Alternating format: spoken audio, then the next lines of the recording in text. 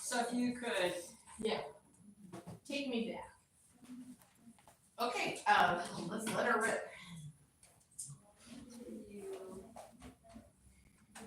Recording in progress. There we go.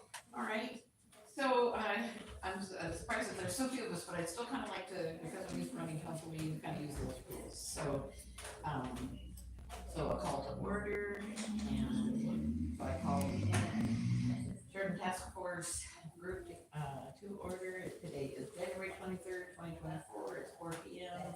We're meeting with the Sheridan City Hall Council chambers, and let's go through and so Amber will be here later, but Stacy is here, Margaret is here, Jessica is here. Do we have, is Carrie online by chance? No? No? Okay. And Brady's here, and just so you guys know, Amy's got resigned, so she won't be coming back. Amanda is not here. Lindsay Nathan, Nick I know is not gonna be here. He's out of town, and Bobby, where's Bobby Davis? She's not here. Julie Ray's not here. Okay. Auntie Kate is online. Okay. So, I just want to call, so on your agenda, I'm going to make a couple changes on that, because this is a really old agenda when we originally were going to meet like a couple weeks ago. So we'll be taking out numbers 4 and 5. Do we have a copy of that? I need you guys. I ran out before I grabbed one, and I didn't know we had a copy here. I have just this Okay, one. no worries. Okay. I'll just go like this. Okay, I'm happy to share. Okay, so the purpose of today's meeting is to review and wrap up any last minute point in time count issues. And we're gonna have a tough time doing that without either Carrie or Amber. So hopefully Amber will be here then before the meeting's over. And so then that was gonna be what we're gonna cover first, and then move into a discussion on the creation of the resource center for Sheridan. Our goal with this resource center is to connect Sheridan folks with in need with available resources in the in the county. So, but I thought before we get started, I'd like to go over a couple of things. The Sheridan City Council decided not to renew the contract with John Garza of Healthy Sustainable Communities. John facilitated the first task force meeting, but will not be moving forward with us. Let's see. The council asked me to fill this position. So as mayor, one of my duties is to appoint people to the City of Sheridan commissions and committees like Parks and Rec and the Planning Commission and this task force and like that. And with that, I'd like to recommend that I would like to propose that we make Nick Genatino our facilitator for this meeting. And I talked to Nick about it, and I said I would present it to you guys, and if we agree that he would go forth with that. He has an amazing amount of background in this. I mean, this is a guy who runs statewide forestry meetings, you know, during times of trouble and everything, and he Who he's with? He's with Julie with Churches United. Oh, okay, okay. The Good Shepherd. Gotcha. Okay, just wasn't sure. Are they making in the names? Maybe. Kind of. They're the ones that were providing can openers to begin with, and then the play is Ah, okay. He's a great guy. I just wasn't sure if he was with one of the other nonprofits, but so he's with Churches United. Yes. Yeah. Great. Is he from Sheridan? He came there a long time, hasn't he? Yeah, he was Okay. right out on Mill Street.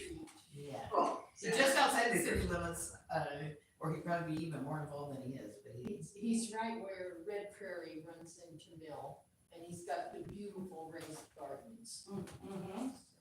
yeah. So how do we feel about that task force?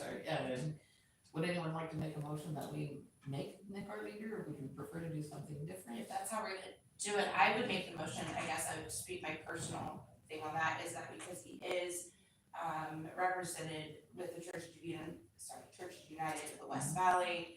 He is at least bare minimum, a long-time resident, so I think he has investment in this. I don't know him personally at all, but I would prefer to see somebody in that seat than somebody from a nonprofit facilitating. You know, I thought so too, and especially, just, Somebody that lives here, Yeah. that is gonna have to live with whatever is done, yeah. I would prefer to see, so. I would make a motion to make Nick, and please remind me of his last name, I've been working on it. okay. And he's just Nick. Genatino. Genatino, I would make a motion that we have Nick Genatino, become the facilitator for the task force. From the next meeting and forward, is that all right with everybody? That work for you too? Yeah, Okay. I would probably abstain just because I don't have any really information Don't know about him. who he is, but Okay. yeah. And you'll be corresponding with him about what goes Yeah. on with the city council and.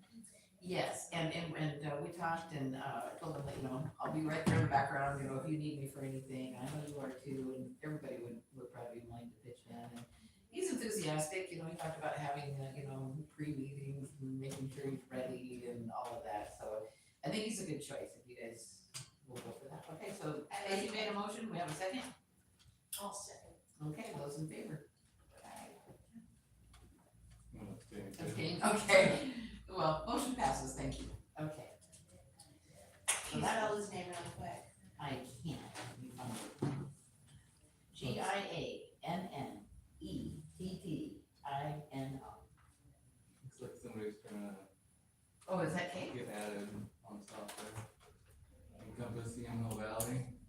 Oh, good. Does anybody know how to do it? You should just have to hit admit. Yeah, if you just go to the computer mouse. There you go, oh, I see. Oh, I just gotta get, I'm going back. This is a beautiful view right here. Oh, No doubt. Oh, I see, okay. Okay, Does should that be work? good. That can get cropped. Come on. I'll even put a daisy on it. How's that? Okay, do we have, yes, we have Carrie with Encompass, Yamhill Valley joining us. All right, that is great, because we started to move on to do some different things, but we need you because we'd really like to go over, I don't know, Carrie, can you hear me? Okay, we wanted our first order of business to go over the point in time count and any last minute information you may have, and I did hear from Amber, and she said she would try to be here before the end of the meeting. So do you have any news for us on the point in time count? So sorry for being late. I think both Amber and I had meetings that were right up until the very end. So we've got some people signed up, and I think that it looks like we've got the drop-in sites for the American Legion and the library, good, and then we've got 2 solid street teams signed up. I do have several people who showed interest in volunteering but have not confirmed that they want to, and so I think what our plan is to see if they show up tomorrow, and if so, we can place them then. We're planning to arrive at the American Legion in the morning, bright and early. We're gonna have coffee and donuts for the volunteers at both drop-in sites, and then we'll just see what we've got to work with. If we've got some folks who just show up and want to volunteer, or are last minute additions, then we will work them in where they need to be worked in. I also have a map of both the city of Sheridan and Willamina, and we have had some input from folks as to where the street teams need to focus.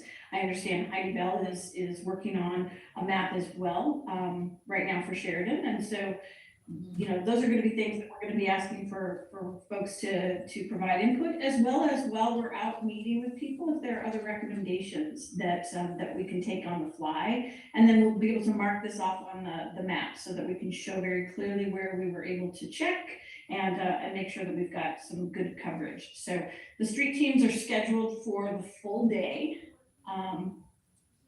So I think that is. We've got plenty of people at the drop-in sites too, so I think we've got good coverage. Are there any specific questions folks have? I have one, just that, I know that we are to use the app whenever possible, but will we have backup paper surveys at the Legion, to cover us in case something goes wrong there? We don't, and So my understanding is yes, and we'll get that confirmation from Amber. That is of the final confirmation questions. So there is a person from YCAP who is going to be dropping off supplies and surveys, paper-based surveys Okay. at both the Sheridan and the Willamina site. And it is my understanding that there will be the paper backup. So yes, we will have those as well as the app, and then we'll have several versions of the app so that if we have some failure, as is sometimes the case, then we'll have some backups. Okay, and one thing I heard was that we are only supposed to use the unsheltered in the app. Is that true? We shouldn't use the sheltered? So let's wait until Amber gets in. If there has been a change to any of that as to what she is recommending, I don't want to add confusion. So Okay. I know that she thought she would be like 15 minutes late or so, but let's get that. It was my understanding that we were just using the unsheltered. Okay, that's what I heard too, I just wanted to make sure. And TK, did you have a question or? Sorry. TK? Oh, yeah, a couple of questions, might be silly. Should I be dressed to be outside for the American Legion, or is it an inside thing? So not a dumb question. I think that dress appropriately so that perhaps if you get shifted around, that's the thing is, things happen. People have things come up or get ill or whatever. If there are people who have flexibility, and I had you in my flexible list, we may need to kind of reorder people. So if you were, not in shorts and tank top, that would be awesome. It would be a lot easier to reallocate. Good to know. Okay, and then the other question I had was, maybe it's just a discussion point that we could all talk about, but adding something to the end of the survey that would be Sheridan-specific. The one thing that I didn't see that was addressed on the survey was specifically related to asking the question about like how long they have been in Sheridan. Or I know that one thing that had come up with the public in this area was if we're looking at providing any services, which I know that the council's looking at a couple of options, not shelters, but a couple of other options. How can we be certain that we are servicing people that are more like in this area versus transients? And I didn't see anything that would particularly help to answer that question. So I guess the discussion point is it possible to add something that the Sheridan guys just know we're gonna add, and we can either keep that note just on like a notepad for ourselves or add it at the bottom or something like that? Is that fine? Can we do that? Thoughts? Is that crazy? Whatever.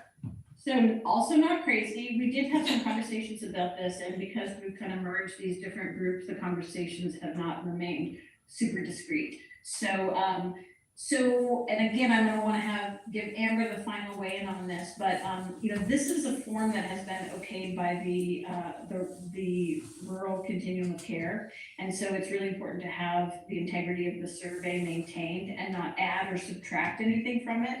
However, the use of the app will have the ability to triangulate so that we'll not only be able to see where folks were, but we can always follow up as well. I don't anticipate that this is a one and done for finding out what is, for truly assessing the need in Willamina and Sheridan. This is the point in time count, and it's a really important piece of it, but we're gonna have to do other work as well. And we have had conversations about a residency requirement of some variety, or getting some information about services that are provided in the West Valley. And so there will be opportunities for us to follow up. So that's, I think, one of the things I wanted to most get across to the task force is this is one piece of the puzzle, but this is not our one and only data point that we are going to have to make all future decisions based on. We have a lot of great information that we're going to be able to get from the school districts, from their resource officers. We have information that will be able to come from the food pantries. So this is one piece, and then we're going to consider this with the other pieces that we collect in the near future. That's my perspective. Okay. I'm speaking on behalf of the council.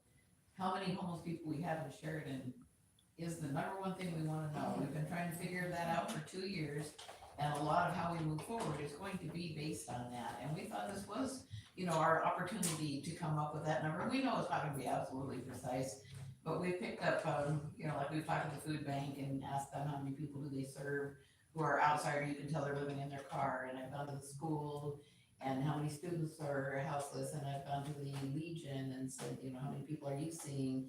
And getting different numbers in each of these places, because they serve different people, I'm sure. But this is what we need, and this is what we've been asking for, and we hoped that this would be how we get there. So if it was just one simple question we could all ask, like, Where do you tend to be? Are you in Are you in Sheridan? Sheridan? You know, is this the majority of it? Mhm. When you're done, and living Or outside. how Yeah. long have you lived in And how this long area? have you been here? So if we could add that to the end, that would be, I think, what the council is looking for. Right, I wanna go on record, this might be something that, again, we need to address when Amber comes or whatever, but I do wanna go on record, kind of to follow up with what Mary Ann just said. Part of this specific group, we agreed to do this, and I'm all for helping to volunteer, you guys had some dropouts. I went from being in a station to going on the street team, I have no problem doing that, and I don't mind spending my day in the West Valley. However, while as important the point in time is for everybody in the West Valley, our goal in this room and here is Sheridan. And so we have to be able to glean Sheridan information right now, not Willamina, not Grand Ron, Sheridan. And so I kind of want to go on record to say Absolutely. that I don't mind helping with the point in time, but I think our goal is Sheridan. Because we're trying to determine what we need to do in Sheridan to serve the people who are looking for resources. Yeah. I kind of It want just, and this will, you will absolutely have that information, and this will be a part of it. I think that there are also other data points that we're going to want to assimilate as well. But yes, absolutely, we're gonna be able to triangulate the folks that are responding. I don't know how Amber is, I think that, they don't want to add anything to the survey because you want to sort of normalize the way that you're asking everybody the same questions. But like I said, with the app, we're gonna be able to triangulate exactly where the responses came from, so we can very easily separate the Sheridan, parameters. And then we'll just look at how does that measure up to information that we receive from other entities like the school districts or like the pantries, and make sure, yeah, this actually did look like this was a really good sample of people and this was a good representation. Okay. Don't we think, wouldn't it be acceptable, I understand the integrity of the survey, and that makes sense, however, I mean, if you have a notepad, That's what I'm and we're saying. having these conversations with, the houseless community, I mean, those are just a simple 2-second question, 3 seconds, 5 seconds in questions to ask, to jot down on a notepad and tally mark almost. Which would be good enough for our purposes. Which to me would give us that information, if I'm asking you these survey questions, it's just 1 or 2 more. Mhm. And we did, Not up to me, let's ask Amber. Okay, all right. So it's just not up to me. Okay, Julie? Stephanie and I did the point in time today at the food bank. And we had walk-ins that were definitely homeless, and then we had people in cars that were homeless or almost or whatever. And my experience is you're not gonna have to ask them. You know, when you talk to these people, most of the time, they just Tell you. they've got all kinds of things to tell you. So you knew who they were from Sheridan or not? Right, And- I've been, the one fellow, I've been here 8 years homeless, and another young couple have been homeless for 6 months, and, and they volunteer all kinds of information, so I want everybody to know when it says it takes 10 minutes to do this, That's not right. with most people, you're looking at a bare minimum of 15 minutes. Okay. Because we were rushing to try to address the people in the cars versus the ones that were coming up, and we didn't wanna hold them up. Yeah. So Stephanie was writing things on paper, cause I printed some out, and I'll put those in the system tonight. Okay, good. And But it's not a 10-minute process. We only had one person that was reluctant to talk, but once they started, they weren't. So, another question, there was some concern as to, because people from Wilmette and Grand Ronde, they come to our food bank too. So, how were you able to know that they were from Sheridan? Did you just ask them or they just told you or, One woman volunteered, she was from Grand Ronde. Okay, so you didn't count her. Yes, I did, Okay. but I didn't know if I should. I mean, I can, Okay, so but the way that you did it, you know which ones were from Sheridan. Yeah. So that's what we really need to know. Okay. everybody else was from Sheridan. Okay. So it sounds like we kind of just almost need to keep a separate tally, maybe members of our task force that are participating, you just kind of keep your own tally of like, okay, this many people I spoke to today were from Sheridan, and then bring that back to us, and it's separate from the survey. And I think so too. That sounds like Yeah. that's the easiest. Good idea. especially when we were talking with the homeless, I think like the second one. I said, thank you, as you would, and I said, and now you realize, don't you, that by sharing this with us, you are part of the solution. Because if we don't know what the needs are, we can't address anything, so you're doing your part for us to come up with answers and help. And I just wanted to play devil's advocate maybe for a minute, because, so I understand the want to have the information of whether the people that we're trying to offer resources for actually are living in Sheridan or are passing through Sheridan or how often they're here. But it kind of raises some flags in my mind, because I don't know if that is actually a realistic question to ask people. I mean, how much of the time are these people who are facing these issues having to travel because they aren't having a secure, the whole point is they don't have a secure place to be sheltered. And so how often does that have to travel, and does that really make an impact on the resources that we're wanting to offer? I mean, are we really going to not offer someone resources just because they're not spending the primary of their time here in Sheridan, or are new to the area, or, and so those are kind of just flags that are raised in my head when we talk about this in that way. Anybody want to respond to that? Yeah, I would love to. Great. I think, is that fine? I'm sorry, I can't see. Yes, please. I think those are great points, but those points were also brought up on many conversations that some people in Sheridan, I would say, maybe not the majority, but a decent portion of people, at least from the sampling that I saw, do not want to do anything that would put a resource there that would have it be like on the wire for transients that they could come to this area to get services. That was really, really, really super clear. Yeah. That they were interested in was providing some level of service or resource center to people who have been in this area for a while, consider Sheridan home, are like children of Sheridanites, Sheridanites, whatever.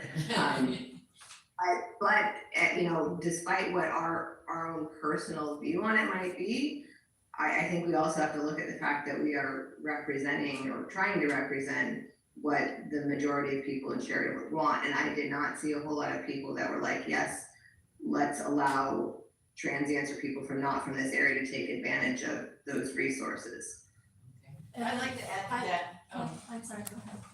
So the other thing I wanted to talk about tonight was at the first meeting, the group kind of went on talking about housing, and that's not something that we're addressing at this point. So I just wanted to let you know the Sheridan City Council has made it clear that they will not support the construction of any type of homeless shelter, pods, cabins, or RV campsites in Sheridan. The council will support a resource center to host representatives from service organizations that will meet with Sheridan residents to help them connect with local and county services by providing help identifying what services are needed, making appointments for them, arranging transportation to appointments in McMinnville, because we are a part of Yamhill County, and, God, we're the third largest city, believe it or not, and, and so those are our services too, that they offer at the county level. And so if we can have people available who can say, so a person could come in and they say, I just need help paying my electric bill, you know, and then there's someone there for them to talk to, give them whatever application paperwork to fill out, help them know how to get on, take advantage of the free bus transportation, tell them, they can even explain where you get off the bus and who you see, and make the appointment with them, things like that, that will connect them with the services that we provide through the county. So that's kind of one of the reasons for the resource center. I know I've been hearing these wild rumors that we're building a shelter, a resource shelter, and that people will live there, and that's not at all the idea, and in fact, the council would not support that. So I just want to make that really clear, that what we're trying to do is make sure that the citizens of Sheridan are able to connect with the services that they need, both locally and countywide, so that, and there's so many, at one council meeting, it took a very long time to read off everything that is available, but I think a lot of people don't know about it, maybe, and so the job would be for people who do understand all of this and what is necessary to connect with it, to meet with individuals and make that connection for them. I just wanted to respond to TK's point, because I have also heard that there's a large population who have the concern that offering the resources, offering a resource center to everyone will bring in like kind of some like tourism somehow of people coming to Sheridan then to try and get the resources that we will be offering. But from my understanding, that is actually a misconception, that data has shown that that's not actually how that works. Like, people who are facing the homelessness issues and are in need of resources aren't just traveling to hot spots like Sheridan, Oregon, to then use those resources that are being offered there. So I think it's still, I'm still gonna advocate for the people who think, everyone who is in need should be offered the chance to receive those resources. And another thing to add to that is, the point of the point in time count is to give you on one day of the year, this is how many people are houseless in this area in Sheridan. So that's the number we're looking for in this case, but I see what you're saying too. Okay, go ahead, Margaret. I was just kind of curious at the food bank, when you're counting there and they're in cars, are they actually living in their cars, or are they going back to a house? When we would start the survey, I'd say, I'm Julie, and Stephanie would say, I'm Stephanie. And then I'd say, we're doing a survey to find out how many people need help with housing. And do you have a place to sleep tonight? That was my first question. It's not on the deal, but it was my first question to get them involved. And if they said yes, and I said, and is it a place you live at and you're in control of, nobody's gonna kick you out? And most of the people in the cars would say yes, thank God. And I would say bless you and invite them to our free dinner on February 16th, okay? Then the people that would say, well, no, I'm living in a van, or I'm staying with friends, and then I would ask, would you take part in the survey? Because you're the people we're looking for, so that we get our fair share of tax money back to help with resources for people that need help with housing and finding jobs and possibly medical care. And like I said, there was only one person that said, go away. And then later, they came back and said, they talked to us. So, and I don't know if that'll work for you guys, but, you know, from the time I was 2 years old, my mother said I never met a stranger, and that hasn't changed. So, you just look at everybody that you approach as a future friend. So I was just under the understanding that we were counting people that did not have a house, like that. Unsheltered. Unsheltered, completely unsheltered, not people that were staying with other people. No, those are all options under the unsheltered. So technically, if you're like couch surfing, you're considered unsheltered. So unless you That's like not are what I heard. paying, like, unless you have stable housing, like you pay your rent or you own your home, you are considered part of the That's unsheltered. not what I heard. But isn't that Housing what we're waiting for instability. Amber to be here Yeah. to confirm, cause we're Because not, housing it's, instability. I Yeah. agree, let's wait and see what she says about it. And I think kind of went up what Amanda was saying, so I work for Polk County, so I work with a lot of homeless people in the jail. Polk County, I worked in Portland with the transit community.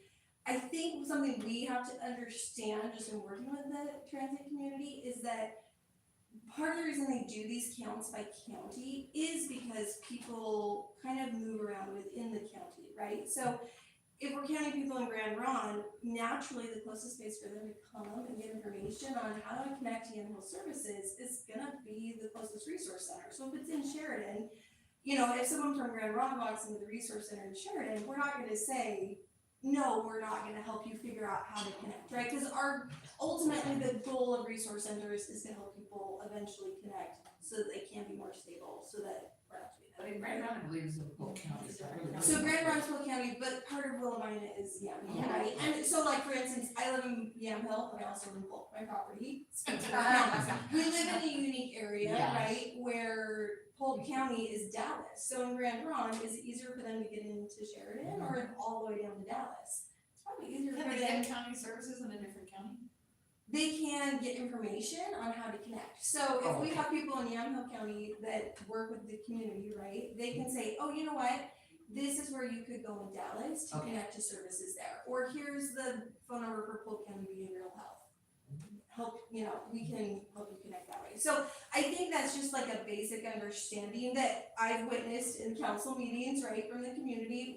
It's the transit community, I think there's a lot of fear around what our community will look like, and sometimes fear comes with not knowing or understanding what's going on, right? So resource centers, I think you're naturally gonna get people that maybe don't live in Sheridan, but they're in Yamhill County, or maybe they're not from here, but their best opportunity was to try and live with a family member here, and it didn't work out, so now they're homeless here in Yeah. Sheridan. There's a lot of different reasons, so I think we just have to be open about, it's maybe not going to be for citizens who were born and raised here and don't have a home. That's not really how it works. No.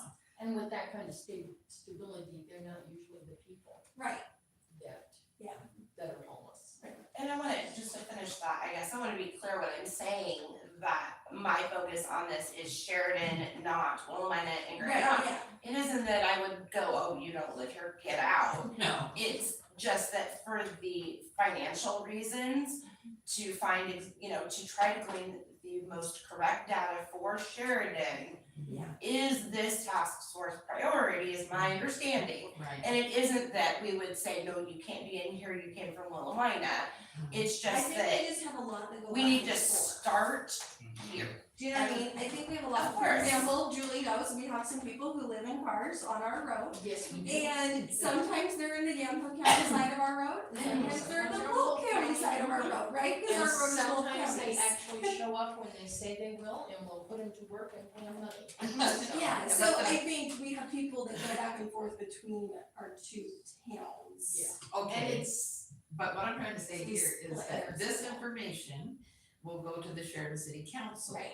And so we need to give them Sheridan information to the Sheridan City Council, and they represent the people of Sheridan. So it isn't like we don't wanna share, but in making decisions as far as the policies here, it's going to go to the council and they're going to represent their constituents. I So- guess that what I'm trying to say is, right, when we're transient, we don't have an address. So people might not be, right, our understanding of what a Sheridan resident is probably a little bit different when we're moving around, right? well, cause you and I both don't live in the city of Sheridan. Right. We have Sheridan addresses, but Right. we don't live in the city.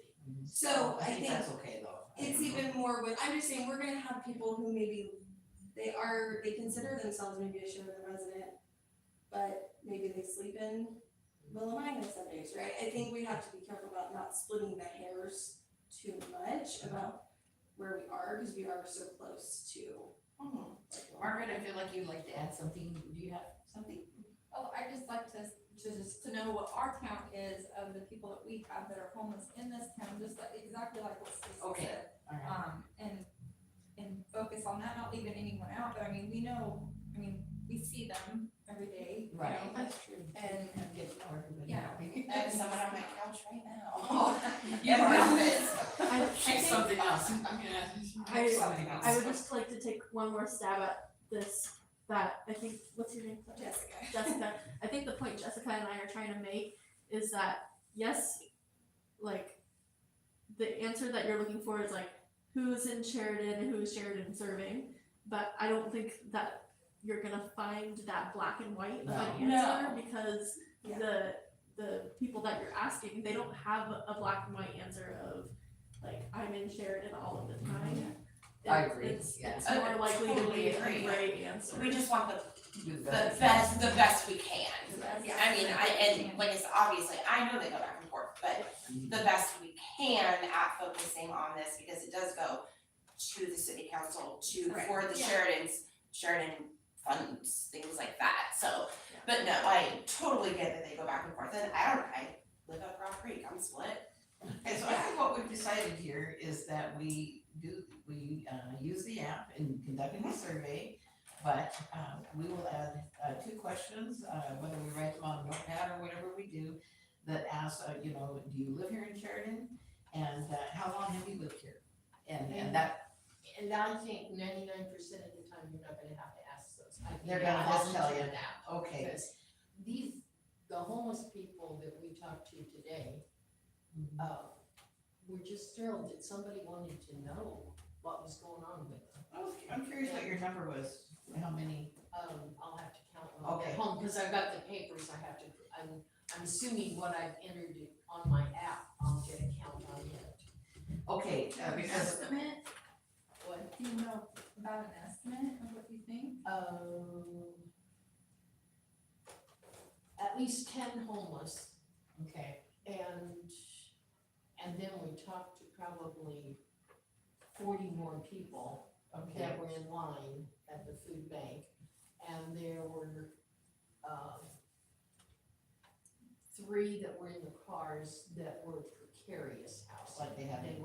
They were, one woman had an RV that she was living in, but she only had it for a certain limited amount of time.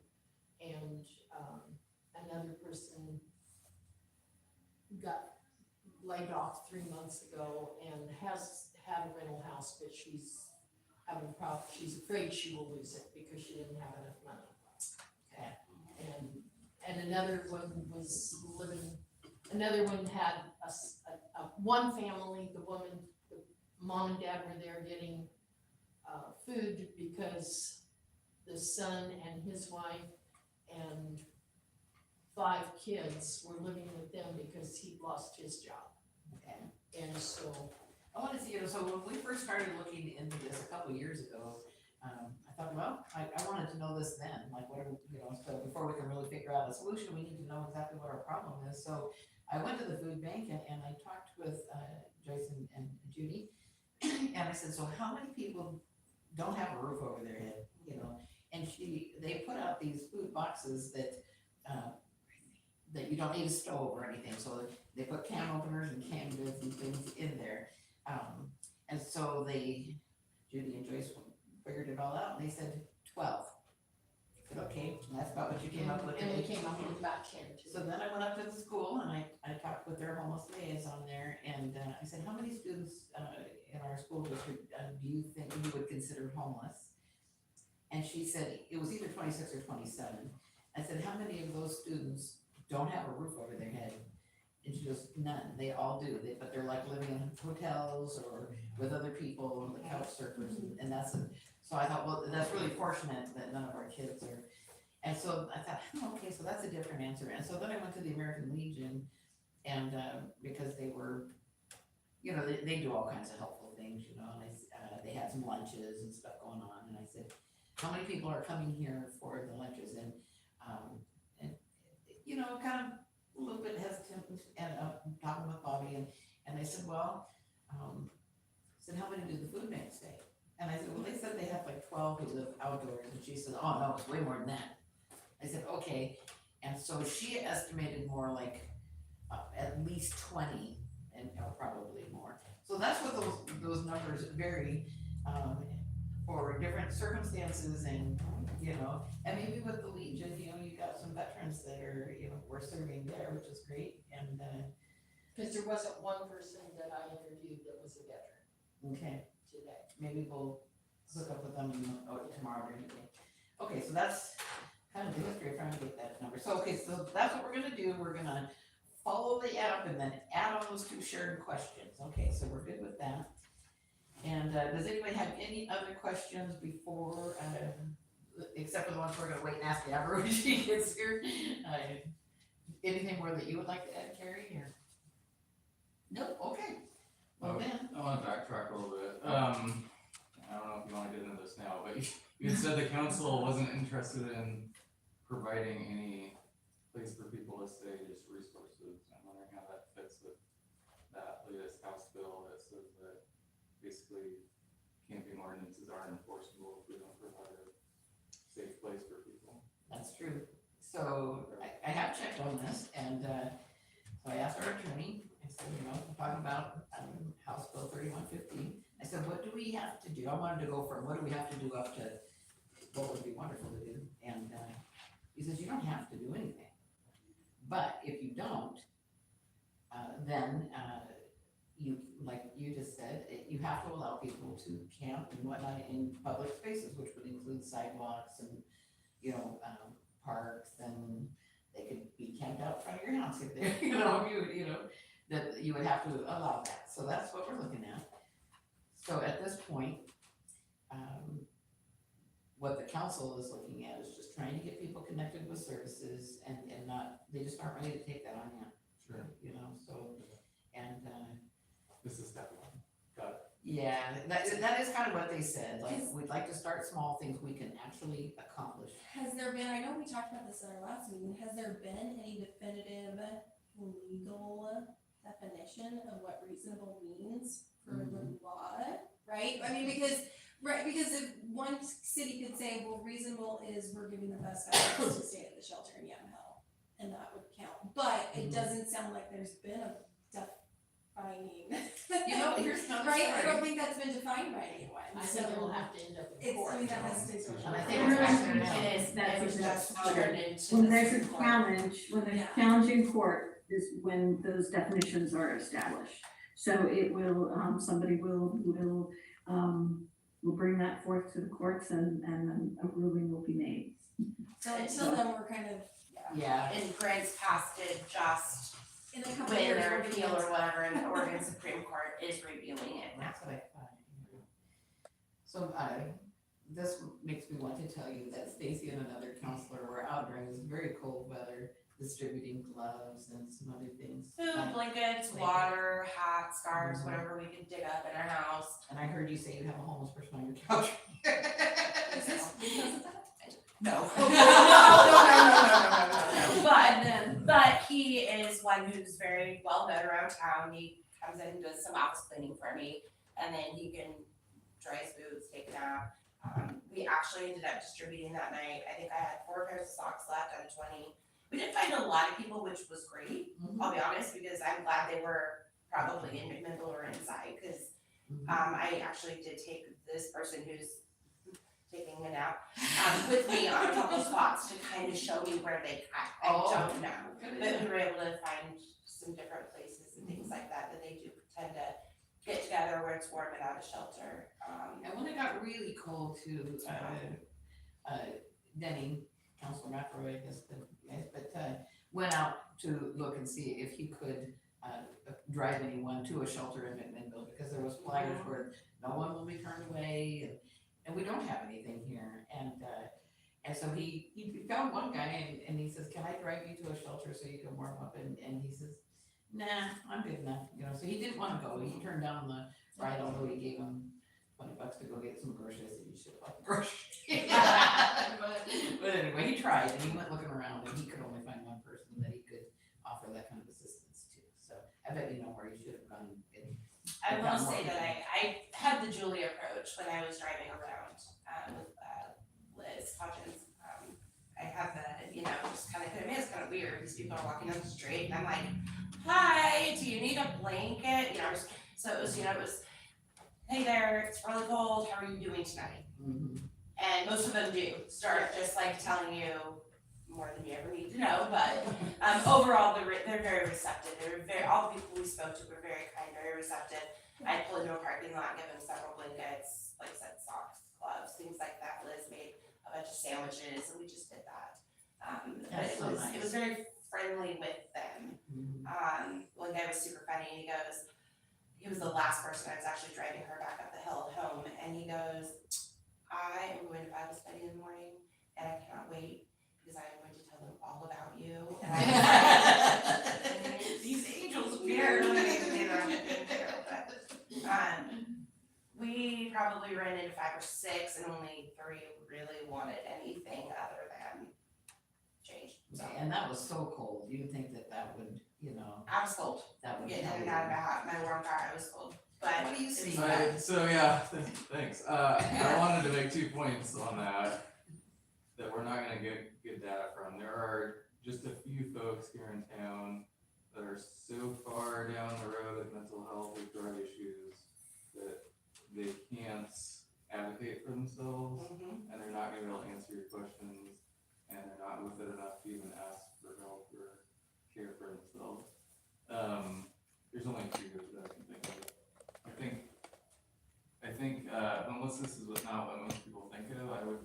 This is a total guess, but I would say we'd see 8 to 10 times the number of people like couch surfing and in those unstable type situations where they actually have a roof over their head, but it's just not a consistent, like the friend on your couch. Like they're at maybe a different place every night or every week or whatever. They don't have a stable place to live, but they're not on the street under the bridge or whatever most people think of when they think of being homeless. Absolutely. I'm sure that number is way higher than the number of people actually living on the street. I know the one specifically, I've got to know him very well over the last 6 months, and the majority of the time he does have somewhere to stay. Not that it's a great place to stay, but he has somewhere to stay. So he's not gonna be out and about. And he's also not going to be honest. So there's a lot of mental issues that play into that, drug use, things like that. So I mean, this is just, we're gonna do the best we can, I mean, with what we've got. If you had to throw out a number of how many homeless people you think are actually living outside in Sheridan, do you have an idea? Like outside on the street. Yeah. I was asked that a while back. I would say maybe 8 to 12. I feel like it's not that many. Okay, sounds like the food makes sense. Yeah, actually living on the street. There's far more couch surfing or living in cars. Oh, the car thing too. that- Or motorhomes are broken down. Yeah, yes, Yeah. that's a huge deal. Empty homes. I mean, Or, yeah. Yeah. Squatting the house. Okay. So I guess one question is, you know, as we're looking at the resource center, are we, with this number, is it gonna change how how the resource center is designed? Is that kind of what we're looking at, or how does that, do you know what I mean? How does Yeah, what we do at the resource center, how is it impacted by the number that we're looking at serving? well, you know, I think, these numbers, like for the point of time count, I think that's one thing. And then when we finish that, we'll move into the resource center, and that is gonna be a lot of, different things that can feed into that, but definitely not just for houseless people, because there's so many services out there that, many people need, like, you know, there's just so many reasons, like elderly people on a fixed income, all of a sudden they're raising their grandkids, you know, so they don't have enough money for that, you know, and, there's just so many reasons why people need help, and we do know that services are available for everything from rental assistance, heat, electricity, all these different kinds of things, so it's just like, that's why the resource center, their main goal then is gonna be to try to connect people to the services that they need or could help them that they may not even know exist. Before they become homeless. Yes, Yeah, yes. absolutely. This is, Like the woman who's about to lose her home, that's you know, right. this is Yeah. where hopefully she can get some help in those things. it was very hard enough to say, give me your name and phone number so I can make sure you're okay.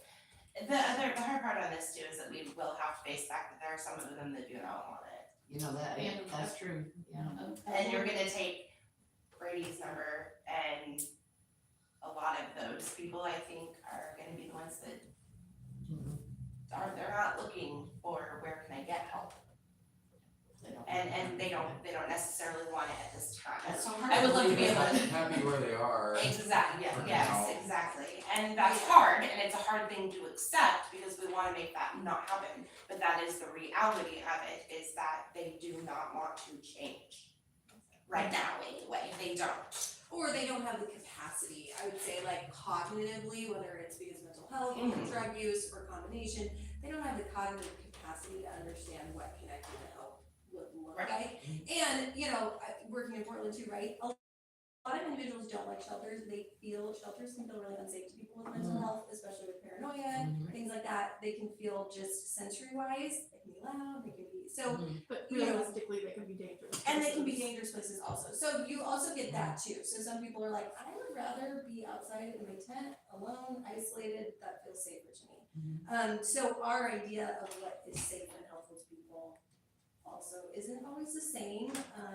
And so we have to kind of, But if we have a resource center Yeah. where people can come to, then they can adjust to their the own people needs. that are ready to do something different or need Yeah. help have a place to go. But you know, maybe it's a single mom with 3 or 4 kids and you know, and she's just like, I don't know, you know, we're gonna end up, you know, if we don't find something and A lot of so- people don't know, and it'd be great to have a, here you go, this is, you know, this can help you with this, this can help you with this, this can help you with this. Here's the Exactly. business cards, here's the pamphlets, here's whatever Let this me call resource them and center they're does.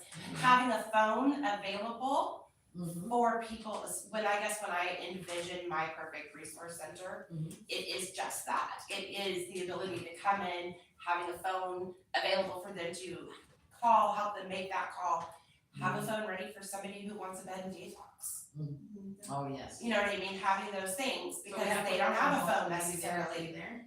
So just something that when people come in, whether it be the single mom, whether it be somebody who's ready to get a detox bed, Yeah. whether it's elderly or it doesn't matter. Yeah. Just coming in and going, here's what I'm facing, and we go, cool, that's right over here, and you know, we can just assist them with that and help make the call if needed, if they're not able to do it for themselves. Yeah, and make an assessment, and then this person will know, well, here's what we can do. So I guess we're ready to go into the resource. We're already there, aren't we? And so. Well, now y'all know what I want. Yeah. So, there you go. Okay, so what are the goals of the project for the resource center? Is connect the community of Sheridan to quality resources and services for families and individuals experiencing houselessness and economic difficulties. The goal is to create a local facility to host a variety of service representatives from Yamhill County organizations and nonprofits. So which resources will be included? I think this is gonna be a difficult one because there are so many different ones. But the idea is for us to come up with some sort of a schedule, find out who will participate, who can put a representative at the resource center, and what services do we think should be offered, you know, what are the most important ones, things like that. So representation would include a wide range of support services to help families raise healthy children and guide individuals seeking a path to self-sufficiency. Examples may include child care assistance, family service workers, drug and alcohol treatment and counseling, mental health programs, educational programs, job preparedness classes, and access to public health services. Services represented may also include housing, energy service, access to food, youth services, senior services, child, spouse, elder abuse prevention, and others. So that's kind of just an overview that would not include, everything, and then what are the expected outcomes of this project?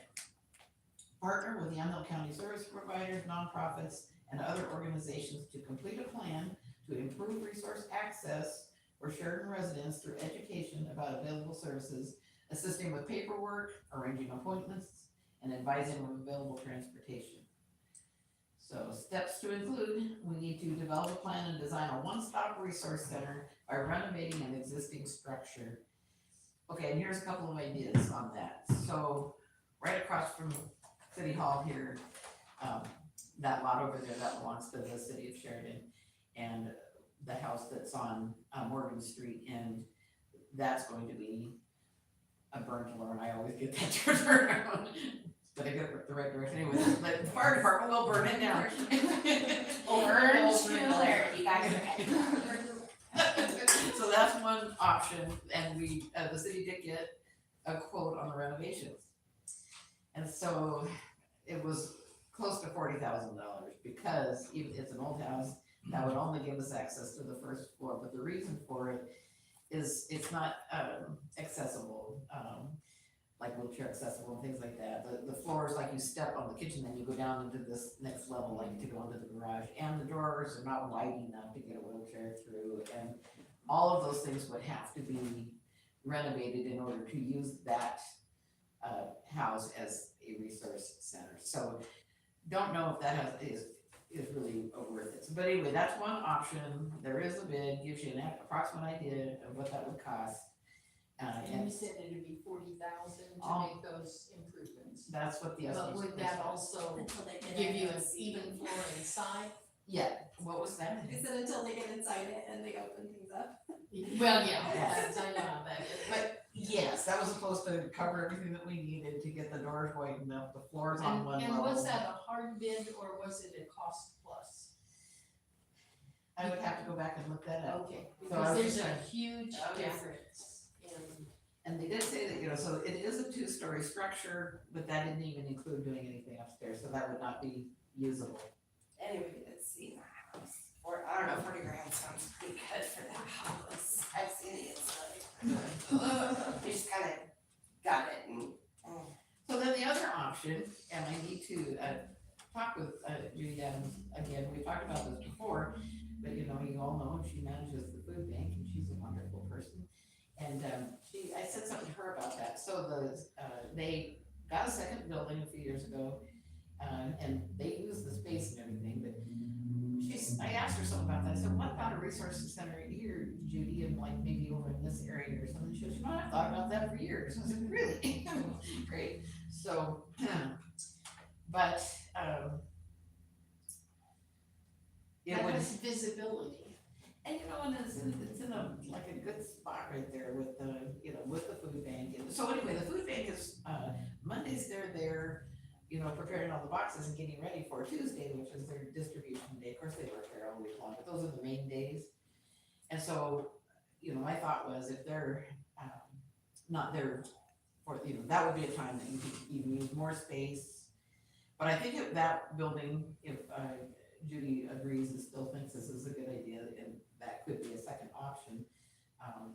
We might want to, consider what we might have to do to remodel the other end to where you could get a couple of desks in there. There would need to be some privacy, I would think, for interview purposes, and maybe a place where little kids can play with some toys over in that corner, so they're not being traumatized by what's going on over here, and things like that. So, so there's a second option. But so what do you guys think? TK has her. Yeah. Oh. Okay. Where are you, TK? I'm here. Oh, go ahead. I think, okay, sorry, I had a question on an earlier thing. Is Amber, it isn't here, right? Not yet. Amber? Not yet. Okay, wanna make sure before we end it off, cause that this got communicated to the whole Sheridan team, if we did decide to do this, that, are we adding that question if it's not already asked? Like, if they don't already answer it, are we adding it? Like, are we going to ask that? And if so, is that something that we separately note? Like the question of how long you've lived in this area? Question, think we because have to. Yeah. Cause that's not gonna be collated on the survey, so we, like, all the guys that are doing this in Sheridan would need to know. One, ask that if it doesn't get answered in the conversation, and two, note it on a pad of paper and then turn it in you know, at the next meeting or whoever, I mean, I think there's people that are volunteering that aren't on the task force as well, so. That's my plan. Yeah. So, I think that's what we are gonna, what I think we decided. Are those going out, to go out and about the town? Do they check in at the Legion before they go? Yeah, and so I do wanna double check, is it 8 AM that we're supposed to be there? That's what I know. At the Legion, okay, yeah. So as far as I know, the street team, yeah, we meet at the Legion at 8. Okay, Yes, and we're gonna meet there too, the Willamina site won't open till 9 at the library, so we have a good hour that will be there. So you do raise an excellent point though, which is, this will be very inconsistent. So I just wanna put that out there from a data collection standpoint. If some of you or some of the volunteers ask some extra questions, you're going to have to consider that when you look at the data that you get back, because it will not be across the board. There's no way at this point, it is not included in the survey, it is not included in the app. So if this is anecdotal, and so, you know, that is its value. So it will be, you know, maybe it'll be useful, maybe not, but it certainly cannot have the same weight as other more considered portions of the survey. Right. okay. Yeah, makes sense. I think, so it's up to us to make sure that any of the volunteers that are in Sheridan know this, otherwise it's going to be inconsistent. Yes. Is someone on the mobile team that can relay that information? I'll be there I'm in on the all- morning at 8, so I don't know Be who there else first goes in thing? Sheridan, but Okay. Okay, great. That's great then. We'll just communicate. yeah. Yeah. And I was. I'm gonna make every effort to be there tomorrow. I'm getting over Sounds this good. stupid thing. And so I will absolutely make every effort. I've got until 2:00 tomorrow to. And the other thing that I was gonna mention, about the resource center, is, I love all of the ideas. I think that's really awesome. I think at the very least, we could maybe just start with gathering all the data and all the forms and create like a board, like a bulletin board, something that's a weatherproof board that's in one main area that has, okay, here's a list of all, I mean, we did that like, I don't know, like 6 or 7 years ago, like what are all like the resources, and we tried to put it together, and I don't think we did it after that, I think we did it once, but like if we had that, and then maybe we had like those flapped covered, like, you know, like you have when you have like a house for sale, and they're like the papers that can be covered, you know, you can open up. Well, if we had those, like the most common, or QR codes, I know, like, it does seem like a decent portion of homeless do have phone access, like cell phone access, so maybe it's stupid, but maybe like a QR code that would take them to these different support options, and if we just had like, starting with one, like, and this could be something that's not that much money. I don't know that this is 100% what we would really want with revitalization, but we were talking about having, you know, in the mural, it's probably a bad idea, but you know, like the mural that got the crash and in the middle of it, we were talking about putting a bulletin board or something like that. I don't know if that's maybe too like in the middle of everything of a location. Maybe it would need to be a little bit, maybe it would even be like the side of the city hall or something like that. Like one side of the city hall. But anyway, I'm just thinking something that we could do sooner rather than later that would have, as we're building this up, because I think like getting a renovation done is probably gonna take a lot more time.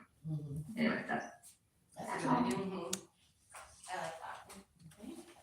Another thing I was thinking, is it possible, it might be helpful for us to find, like, I know like the schools have some resources, right? The county comes in and does some resources.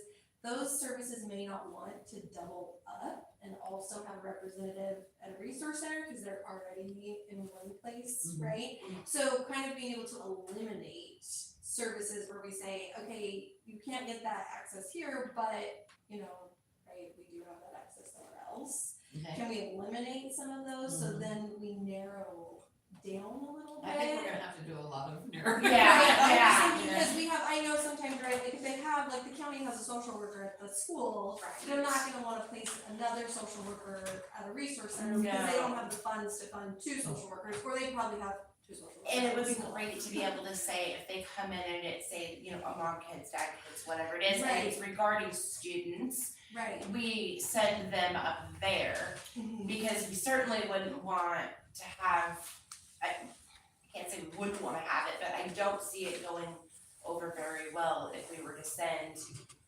all of the people needing services to the school. Right. And so it would just be the ones that specifically needed those, we could connect them with the school social worker, send them that direction, and then I'm sure they already have all of those resources. Yeah, so we're not like. They gonna just do- might know, right, and then that wouldn't be our focus, our thing would be to say, we're gonna call so-and-so, and, or here's their number Yeah. at the school, and that's where you can get that help.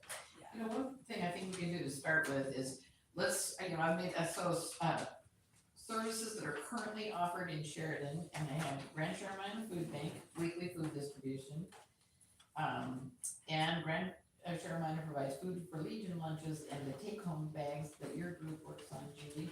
And so Calvary Chapel West Valley, they also have a weekly food distribution. And Churches United, they do the weekly student take-home lunches.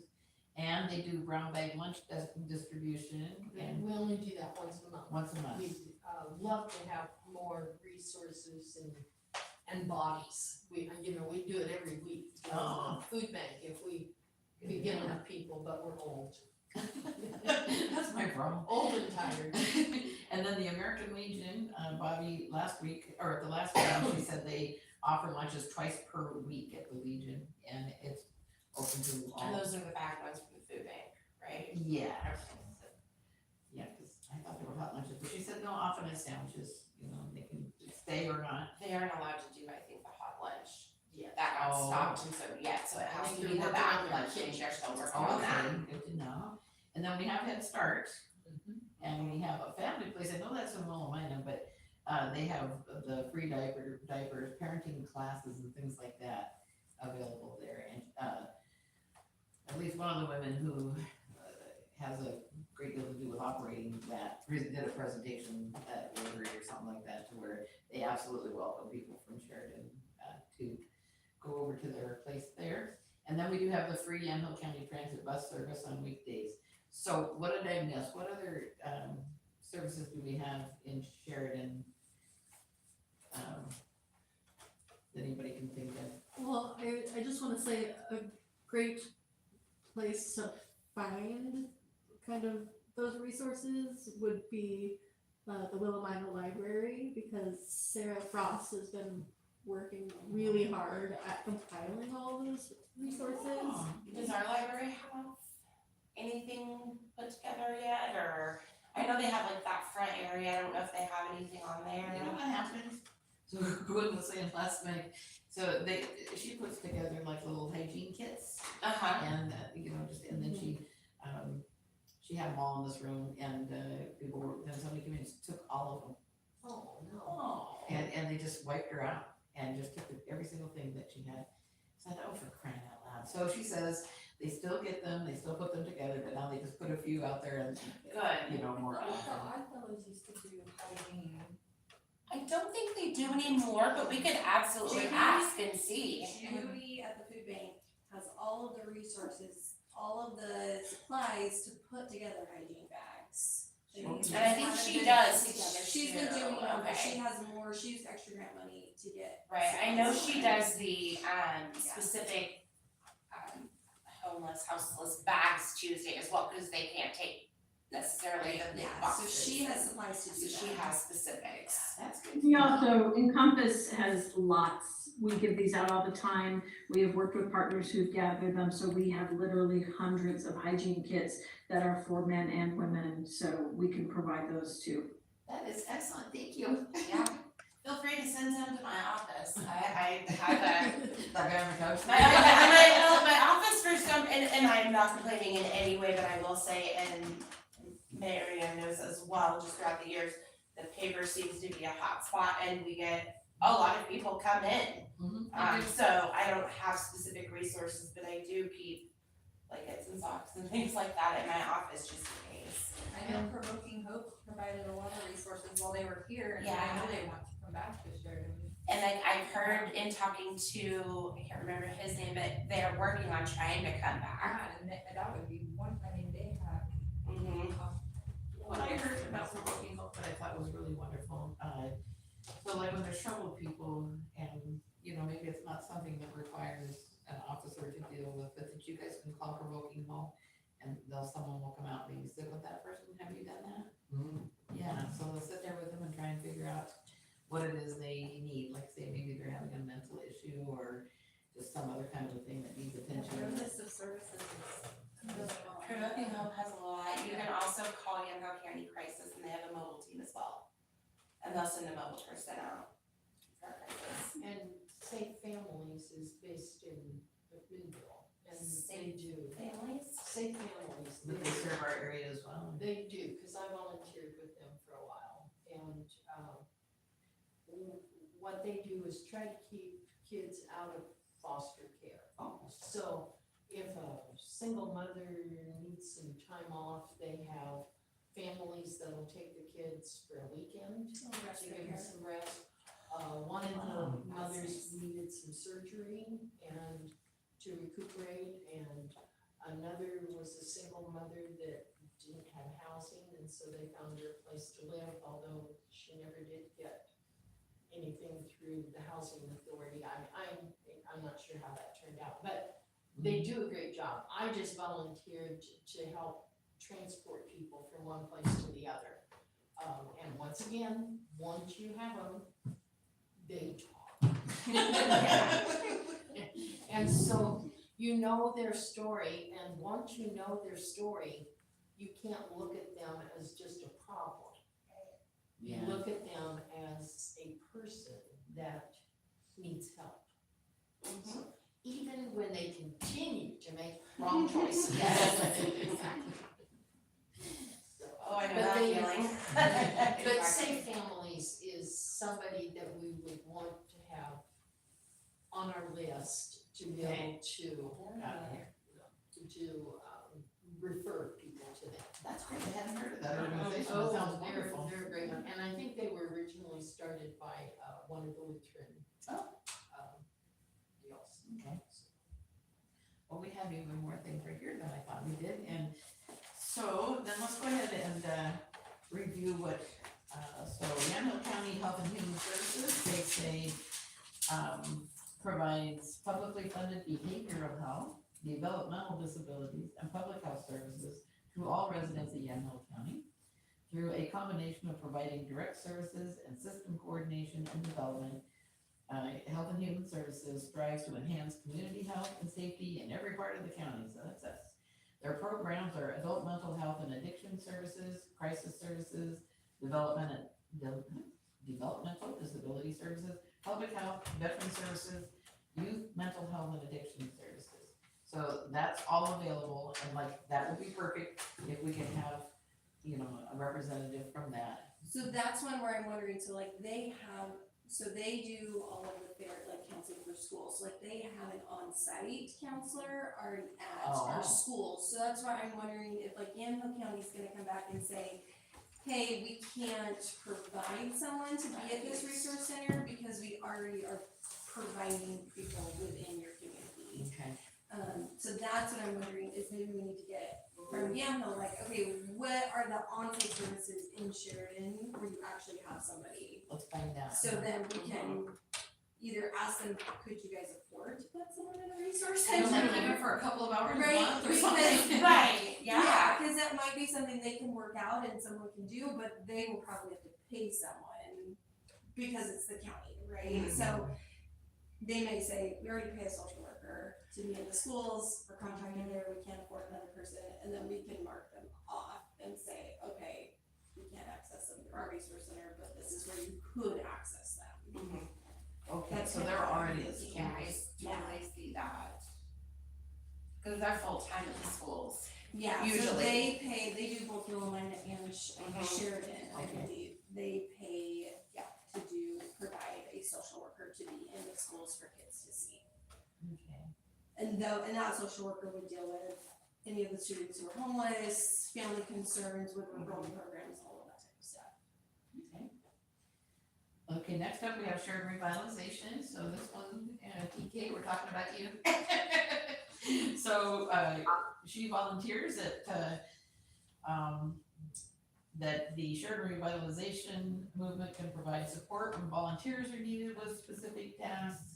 And they can provide support in getting the word out about information on whatever it is we need the community to know. She says they can provide information clearly and simply. And she can give support when we get to a point where we're ready for a town hall meeting. And she can get confirmations for people who can attend and things like that, which would be very, thank you, TK, and that'll be really helpful, because I know she is very organized. Oh, yeah. And a writer. So the Provoking Hope resources, yes, those are huge. Okay, so peer mentoring, peer group support, relapse prevention, life skill education, parenting, childcare assistance, transportation, resume building, job placement, housing assistance, legal assistance, substance abuse help, anger management, faith-based counseling, domestic violence education, mediation services, general health and nutrition, meeting attendance, court support, advocate with agencies, community service assistance. Okay, then it says programs we have in harm reduction, medically assisted treatment. Will help with that, okay.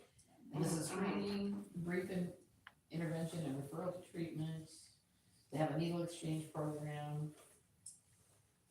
Works with DHS to provide wraparound support to parents who struggle with addiction to embrace a clean lifestyle. Referral to treatment, meet with peers and develop to achieve goals. Support, encourage, walk the path of recovery alongside, and institutional outreach. There's just, they have Whole House Sober Living, Responsible Family, Moms, Dads, and Kids, Provoking Hope.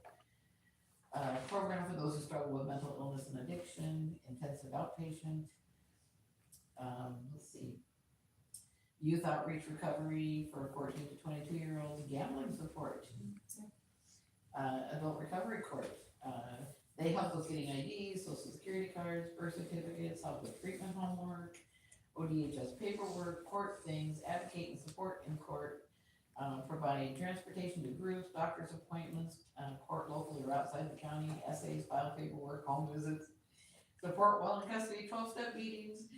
Oh, wow, experience as suggestions and resources in the community, and help getting into detox and treatment. All of that through Provoking Hope. That's what I was always like, if we could get them an office somewhere and let them come back into town, because they were already here once. Definitely needed at the resource center. Yeah. Yeah. Yeah, So, and I'll ask. I have a pretty good close relationship with Tammy at the Oddfellows, and Oh, yeah. I'll be happy to ask her maybe what the status is on that, and if she knows anything. okay. If they're planning on it, or if there's a no, it's not gonna happen. I spoke with the lady, Julie is a good friend of mine, and she put me in contact with someone at Provoking Hope, and I can't remember exactly, they wanna come back to Sheridan.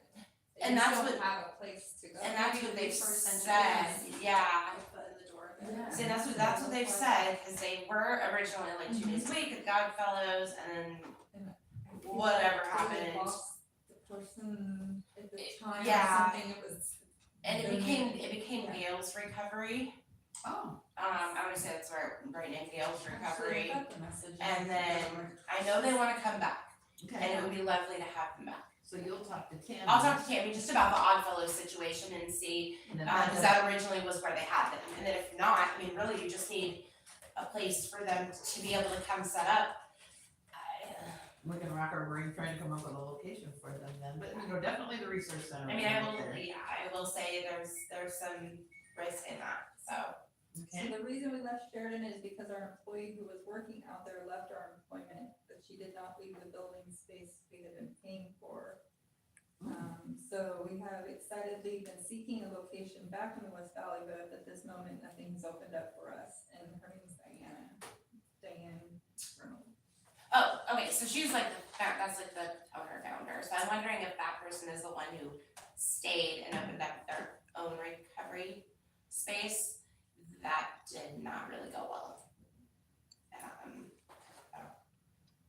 monitored very well, so Oh. it kind of became a hangout.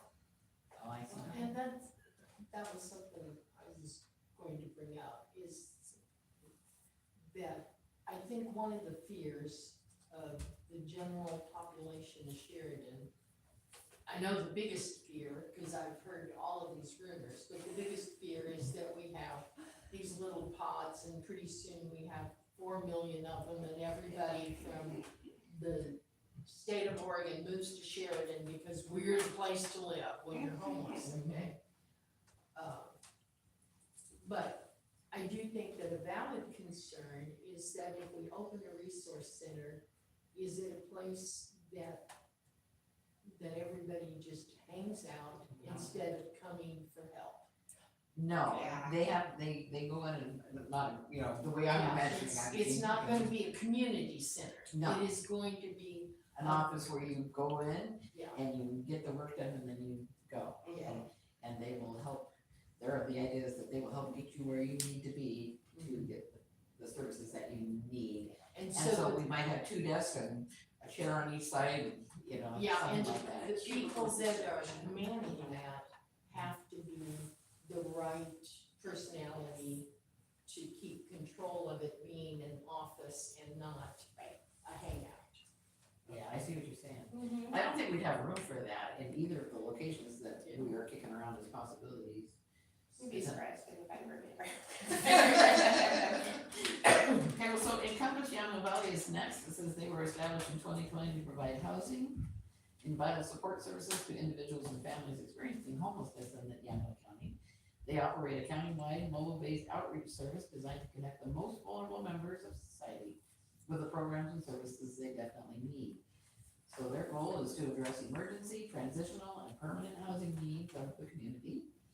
Current emergency programs include peer counseling, food and meal distribution, court advocacy, mental health and substance abuse treatment, referrals, free healthcare referrals, emergency shelter, gas and transportation vouchers, laundry vouchers, and safe and overnight car camping. So, that would be another good source for their resource center, and then they might tell them where the car camping is available, because we don't have anything like that here in Sheridan, and, but they would probably know where that is okay, because I think they scouted out some different lots that are okay. And have you heard about that in Yamhill, where they, certain locations, they do allow car camping? Okay, and, let's see. We don't have any in Sheridan. Right. Not officially. No. Right. Okay. I think our church parking lot is a little. Is it kind of well known? Okay, so I think that this is an important first step, is to identify what we have. And then we talk about things that are being offered by the wonderful people around this table and with these agencies. And so I think then, well, let's go back to our game plan here. And I mean, I'm happy to have groceries in my office, anything, in the meantime, like what Tavia was talking about, getting some of that stuff together. My revolving door is always open. So do Oh, we sorry, I need could help people, with that, I'm so sorry. I didn't wanna bother you. do we need people to contact these agencies? Cause I would volunteer to contact Safe Families Okay, and make sure that, let's to figure out. see if they would have anyone that would represent them here on certain days or times. And just to make sure that it's okay if we use them as a referral when, with the types of situations that they cover.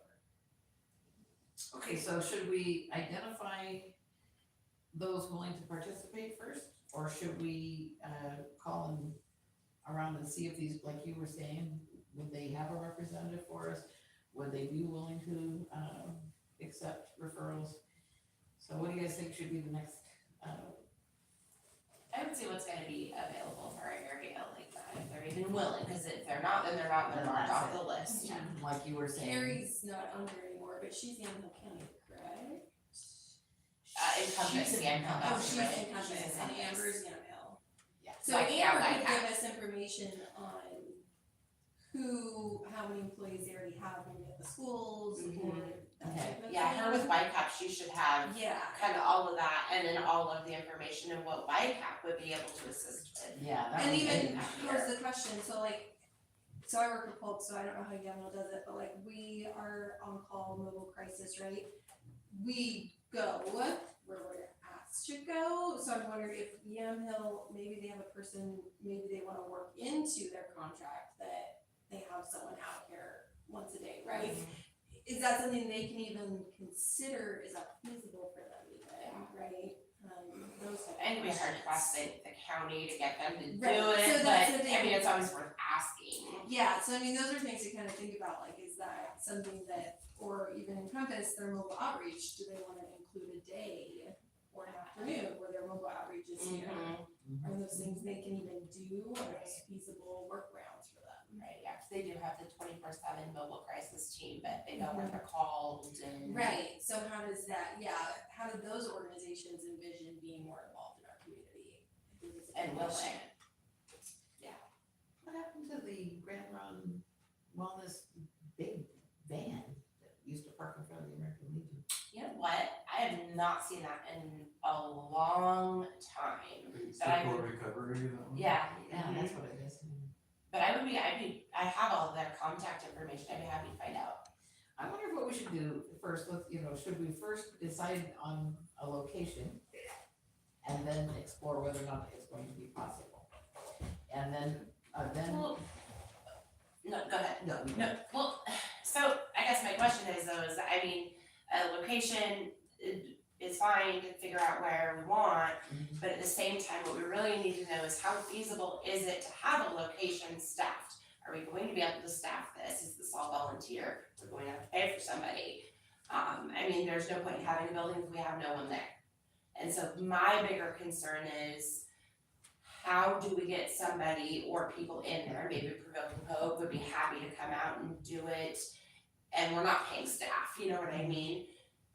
Because And Encompass too has access to the Measure 110 yeah, funds that might be. see, able to and so if use. we can do some of those kind of things to pay for this, that would be great. But if we end up with just a building and we don't have anybody in there, then we have a building.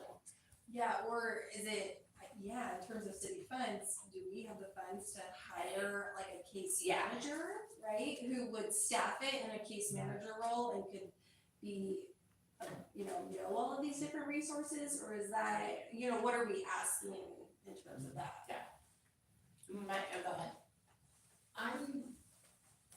I think that if there's room at the food bank, and Judy agreed, Mhm. that it would be reasonable to start small Mhm. and have a desk or two there, Mhm. and like you said, an area maybe with some books or toys for kids Mhm. when people come in. Mhm. Because Judy's been welcoming to most of these homeless people to begin with, Mhm. and it's an easy place for people to recognize. Okay? I like that. I do too. I do too. And they're comfortable, they're going there already, some of them. I think So it's really a safe good. space. But I also think that this house across the road is an excellent opportunity at some point to have a place where people can get their clothes washed and dried and where they can take a shower.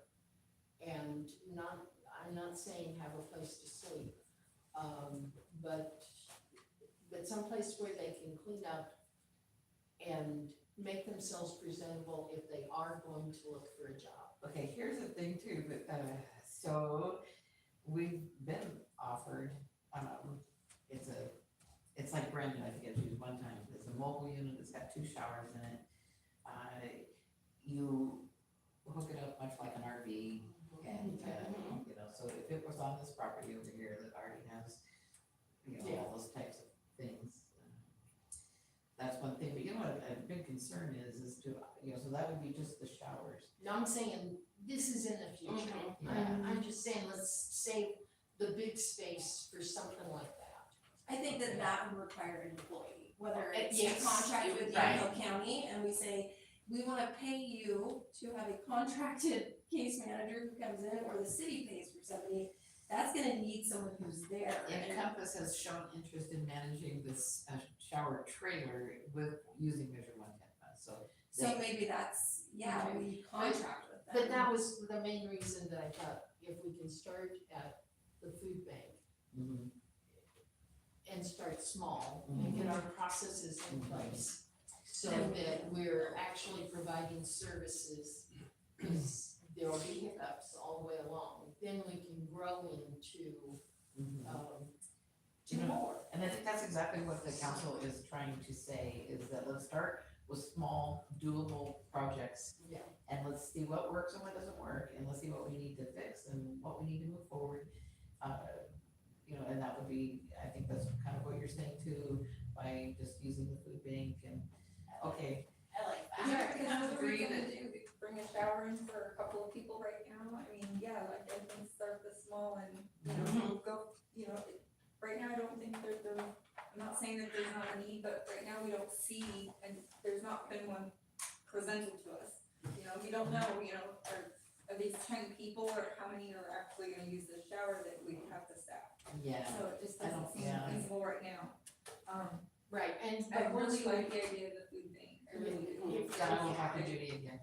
and that will also tell us how many people really do need Exactly. additional services. Exactly. So, But I think there's a huge difference between people who are actually living outdoors with no roof over their head and people who need services, I think, as far as rental assistance, heat, lights, water, food, yeah, things to supplement what they've got. so they don't become homeless. Yes, exactly. So we're looking at not just helping homeless get a place to live, we want to prevent it. I would like to see the resource center have someone from the job service come out and, maybe work on things like how to fill out a resume, how to fill out an application form, how to, get a shower and comb your hair, put some clean clothes on. And things like this, that would be another. Have we talked to has anyone from the city talked to Yamhill County, like Yamhill County Behavioral Health, about the potential of them adding someone to this area? Not yet. Because that might be right, if they are staffing a case manager that's separate from the schools, that's just here in the community for even 2 half days a week, is that something they're interested in being able to do? Do they have the funding to be able to do that even?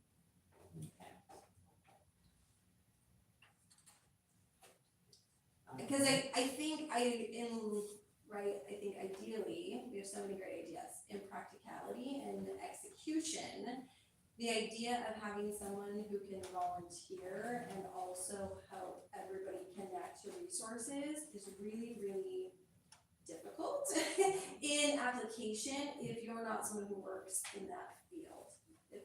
Do you know what I mean? Yeah. Like being able to sit, and also if you're gonna volunteer your time, and also just the constraints of safety and being able to sit down there and know how to engage with people and provide these resources. I can see us running into either volunteer burnout really quickly, or just not knowing we have too many resources for one single person to know how to connect. So it might make more sense for us to go the direction of, as we look into this, to go the direction of, are we contracting out for organizations to be in this space versus trying to provide too many connections? I'm thinking that if a representative from the agency can't come out at least a couple hours a month, then we just won't be able to offer those services. Yeah. But I'm wondering if somebody's there for a couple of hours a month or even a couple of hours a week, how available are they gonna be for the people that need them? I lean toward a person that's knowledgeable that can help them at any time. Oh, okay. Okay, I'm thinking 40 hours a week or 30, okay, late morning to evening. And it might just be 3 days a week. Yeah. Yeah. Anything's better than nothing. So, Especially if we go the food bank route, because they're so busy on Mondays and Tuesdays. But like if we only have someone from Growing Hope, then those are the only resources we're providing. Right? And I think the idea was to provide wide. So how do we get 1 or 2 people that can provide access to across the board agencies versus just one agency? I think is a question we have to look at. Yeah. we just have to have a lot of information about those agencies to share. Right. So and With those volunteers or. you're looking at the volunteers or staff, which is more likely to end up being staff Right.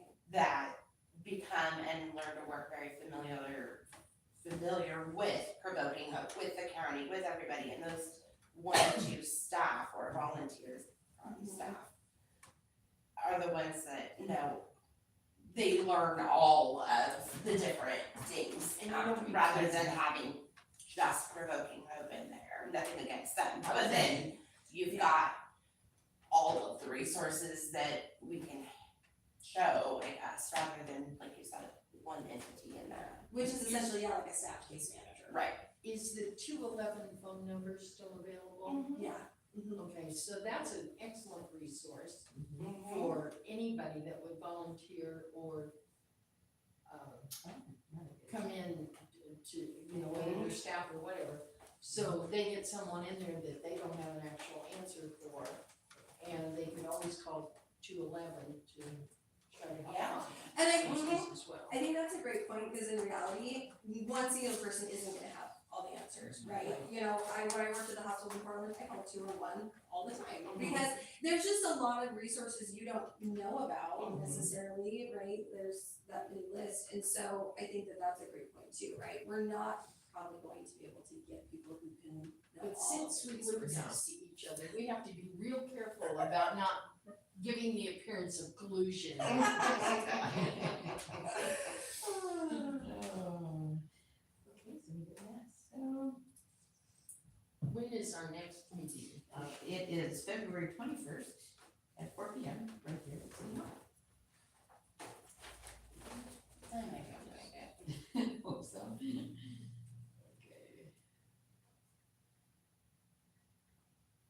Do you think we need to have meetings more often, or do you think longer meetings? I don't even, what time is it When now? they first said 1 meeting a month, I was just like, are you kidding? What is gonna be? Don't get me wrong, I don't wanna add more meetings to my schedule, but I don't disagree with that. Yeah. It's, Especially as we get into it. Okay. it's Yeah. harder to just do once a month. I know Brady's Yeah, but- jumping at I its had head. to. 1 or 2 a week, how's that sound, deputy? So what are we, I missed He's like, like, we I'm trying to talk Brady into like I 2 get meetings a week. paid by the hour. Doesn't matter. No, Margaret was saying, and brought up a good point about, just meeting once a month, and it is hard, I know we're all very, very busy. But it is hard, especially as we're going, And we to have to so have a much, month in between. How are we actually going to initiate action items? and I'm thinking, on this resource center, if we get that done in this allotted time, that would be amazing. Because there's so many different facets to it, so it is gonna be difficult to get this task complete in 4 more meetings. Because we have to figure out who's gonna man this, what would the schedule be, what building what do we need to do to that building to make it, Right. or, there's just so many different. Well, and during that, I would assume that we have to at some point report to the council Yes. as to our progress, what we're wanting to do, because we wouldn't wanna spend 4 or 5 meetings on working on this and then take it to the council and have them go, no, Mm-hmm. and shut it down, which I don't see that I don't necessarily either. happening, but that is a possibility. They could very well say no, and we go and start over. I think they're really looking forward to what we bring to them. I think they have been going on with this thing it's been a couple of years.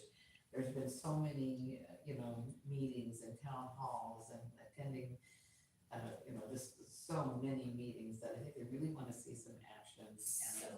can we ask them, like, should we put together something from the task force to present to the council prior to their next meeting? Basically, I don't know, I guess getting their blessing on moving forward before we waste energy on gathering all the resources and doing all this footwork. Yeah, What do you and they think did is say, better? yeah, and I think that's a good idea, but they did say they would support this type of a resource center, so I know we go into it. So knowing that step is good. Okay, But, so the next thing then would be, say, all right, well, this council has decided they'd like to investigate setting this resource up at the in the building next to the food bank. And, so then I would take my next task to be, go talk with Judy and see if she's still, thinking that's a good idea. And how she's willing to work with us on that. And then if she says yes, and that's all a go, they're gonna need, what do we need to do to this building to, make it available to Right. anyone, and kind of assess that, and what's that gonna cost, and how we're gonna pay for it, and all of that. And then, like you guys are saying, contacting the people who could possibly, participate as a resource, that, do you have a representative that could, rotate through this Mhm. resource center weekly or monthly, and, And minimum, train the people that we do have as volunteers Just as to what you want. Yes. Dallas has a resource center. yeah. It's newer, and I don't know how well it's been received, but I do know they have one within this last year, so maybe reaching out and seeing how they staffed it. I think I've what they've toured, done, yes, and it's amazing. would be a good start for us, and how do we even maybe small scale it, because obviously we're not the size of Dallas, so. That was worried. That might be. Sounds like there's kids playing. Sounds like I'm working on my roof over there. Okay, so yeah, all right, so let's see, so I think inventory existing service providers and facilities in Sheridan, we talked about that. Make a list of potential service providers, okay, we're kind of talking about that, but maybe we will get a list of people that we'd like to participate as a place to start. And then we evaluate the pros and cons of specific sites, and we've done that, we talked about the city property and the Rancho Minor property. Does anybody have any other sites that could be considered? Nothing comes to my brain. Okay, so I'll check on that, and then we need to determine the hours and days of operation, so I'm thinking that because the food bank is so busy on Monday and Tuesday, that maybe would seem Wednesday, possible. Thursday, Friday. Yeah, Yeah, okay. Or Thursday, Friday, Saturday. Ooh, Saturday might be a good option for Saturday. people. I like that one. okay. And then determine possible schedules for resource representatives, whether they would be, what they would have maybe, so weekly, monthly, how many hours could they come out, or could they come out at all, and then, and if they can't, maybe we can get their resource information. And then, we should talk about it on, if we get to the point where, let's say Judy says okay, and we decide to look at the food bank, then we should talk about an office layout with a confidential meeting area, reception area, restrooms, how many desks we're gonna need computers, or, office equipment, childcare room with toys or something. Mary Ann, I hate to interrupt, but I think also we need to talk about, I think Jessica brought it up earlier, but like whether we're gonna pay a staff member, Mhm. and have like a case manager, or whether we're just going to ask representative organizations to come in. I also have do we know, are there any like legal liability issues in terms of the city, this being a city resource center? And we're also working like with agencies, so in terms of, like layout, Mhm. private, like what are there? There's do we have- definitely gonna be insurance requirements and, yeah. And just even so agencies can follow, because agencies don't follow HIPAA, and agencies are bound, so how do we set it up in a way that agencies can maintain their legal requirements as well? Is something we're gonna Privacy is huge. Sounds like a Tyler question. Mm-hmm. Yeah, Yeah. when we have a more, once we get this down, we would definitely need to run everything by. I mean, it would be great, I think, like for what Amanda asked, it would be great if we could have the representatives come in and volunteer their time for it, because they're being paid through their own company. Yeah, Rather than having it staffed, but.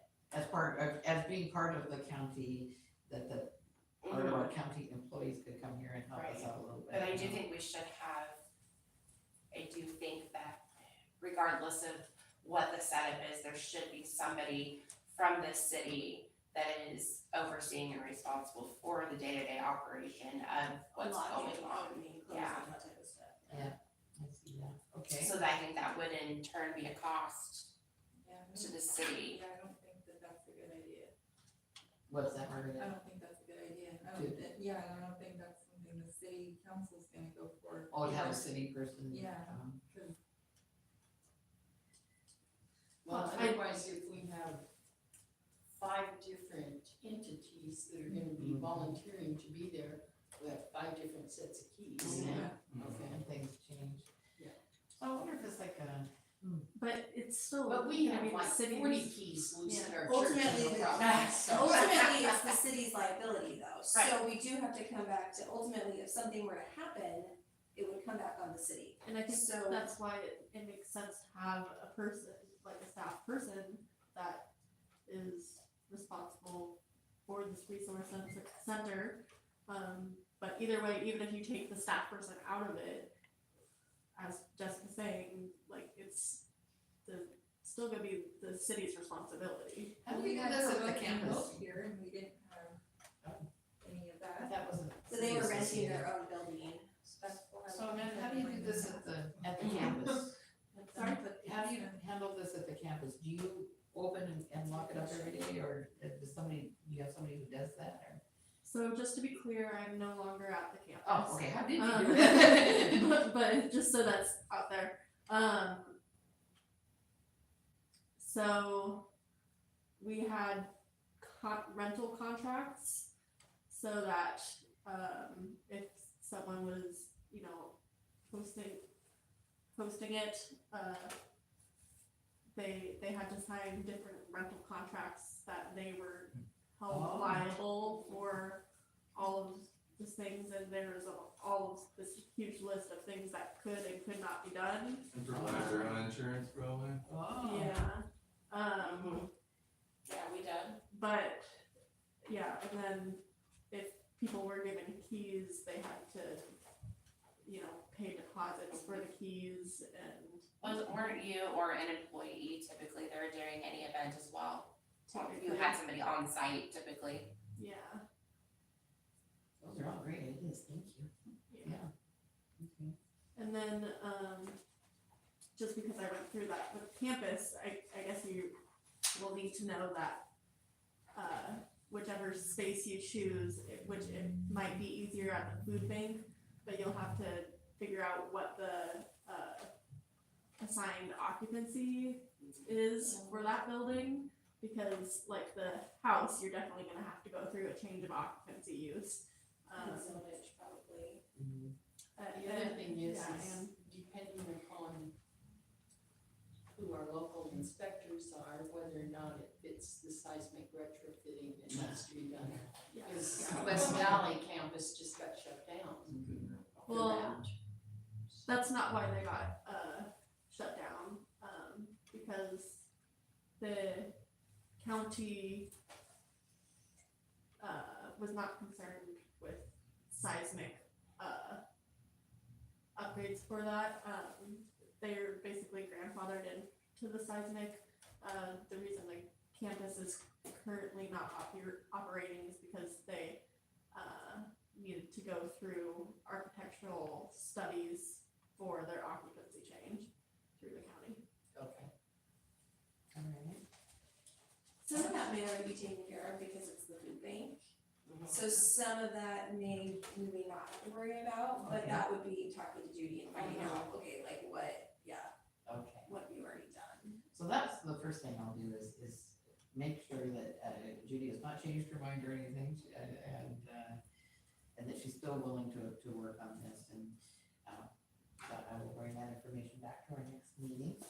But I think that we covered all of our tasks. Okay, so we got on the other things, we would sketch a preliminary concept design of the facility, just kind of map it out for us visual people who like to. And then once we get to that point, that's when I think we should present this to the council as far as, what do you think about this? This is what the task force was agreed to. And then finally, after we present to the council, I think that's a good time to start talking about the town hall, to where we can talk to the community about it.